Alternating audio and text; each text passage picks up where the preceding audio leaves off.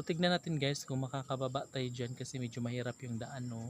Hindi yung mga bato niya is mahirap anuhan kasi pababa siya. So titignan ko muna kung makababa tayo. Bet bababa tayo kung ay ay ay ay la la la lila corazon.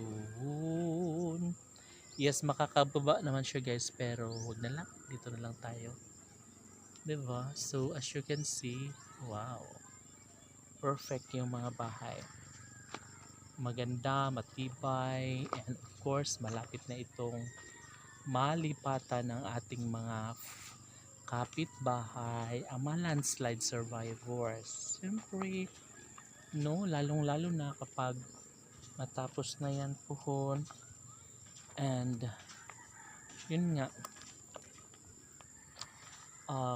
mas magiging happy na ang lahat dahil meron na silang matitirhan, no, buong pamilya sama-sama magkakaisa na, and sana nga ay matapos na ito lahat para makalipat na lahat, para happy na, kasi yung iba naming mga kapitbahay guys nandun pa sa ibang barangay, nandun pa sila nakatira ngayon. So imagine 4 years na, and we all know na namimiss din nila ang makasama ang buong barangay, di ba? Kasi yun ang kalang kinagisnan mula noon pa. As bigla silang nawalay dahil nga wala pa namang sapat na bahay na kalang pagtitirhan dito. And then yun na nga, ginagawa na, and sana ay matapos na to lahat para mas bongga, diba? Perfect match, paradise, diba? So sobrang nakakatuwa, and then sana nga ay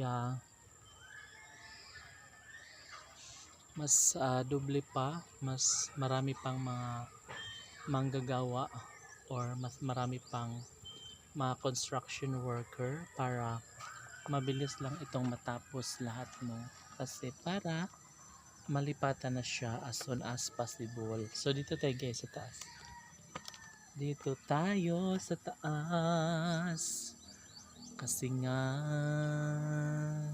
diba? Yeah. Diba perfect,